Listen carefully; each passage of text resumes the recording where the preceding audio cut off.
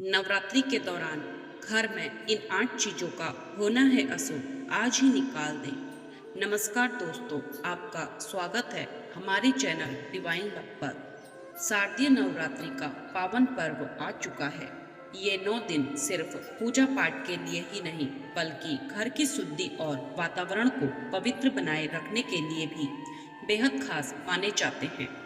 शास्त्रों में कहा गया है कि नवरात्रि के समय घर का वातावरण जितना पवित्र होगा, उतनी ही जल्दी माँ दुर्गा की कृपा प्राप्त होगी। लेकिन कई बार हम अनजाने में कुछ ऐसी चीजें घर में रख लेते हैं जो कि शुभ की बजाय अशुभ फल देती है।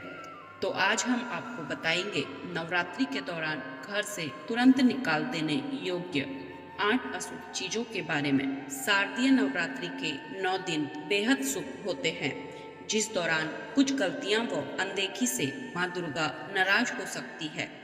आज हम आपको शास्त्रों में बताई गई उन 8 चीजों के बारे में बताने जा रहे हैं, जिन्हें शारदीय नवरात्रि के शुरू होने से पहले ही घर से निकाल देना चाहिए। तो आइए विस्तार से जानते हैं। चलो बुलावा आया है, माता ने बुलाया है। जल्द ही आपको देश के कोने कोने में ये भजन सुनने को मिलेगा। दरअसल कुछ ही दिनों में शारदीय नवरात्रि पर्व का आरंभ होने वाला है। देश के अधिकतर राज्यों में शारदीय नवरात्रि का पर्व धूमधाम से मनाया जाता है।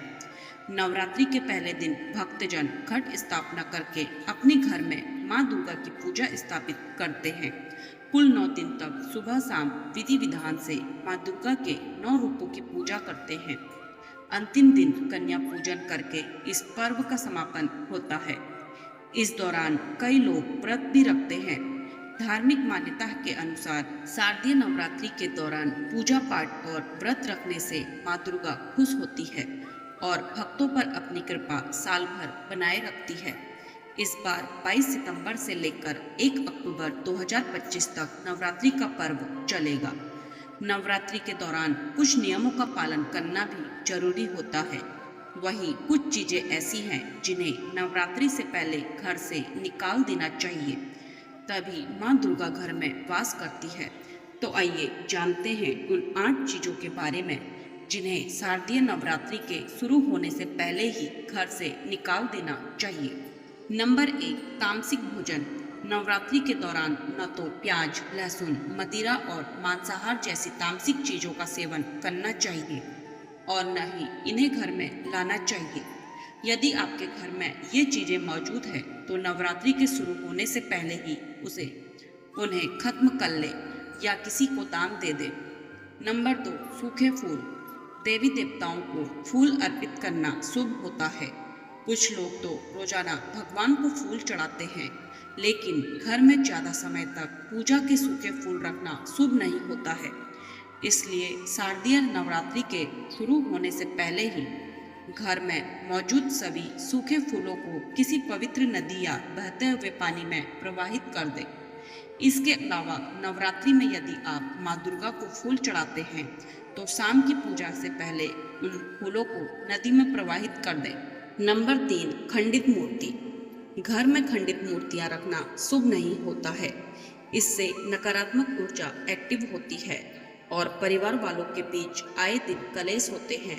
इसलिए शारदीय नवरात्रि शुरू होने से पहले घर में मौजूद खंडित मूर्तियों को किसी पवित्र नदी या बहते हुए पानी में प्रवाहित कर दें। नंबर 4, पुराने जूते और चप्पल।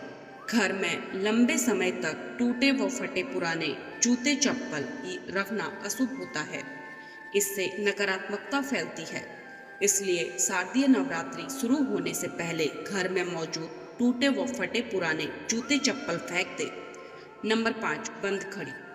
बंद घड़ी को दुर्भाग्य का सूचक माना जाता है, जिसे लंबे समय तक घर में रखने से नकारात्मकता फैलती है।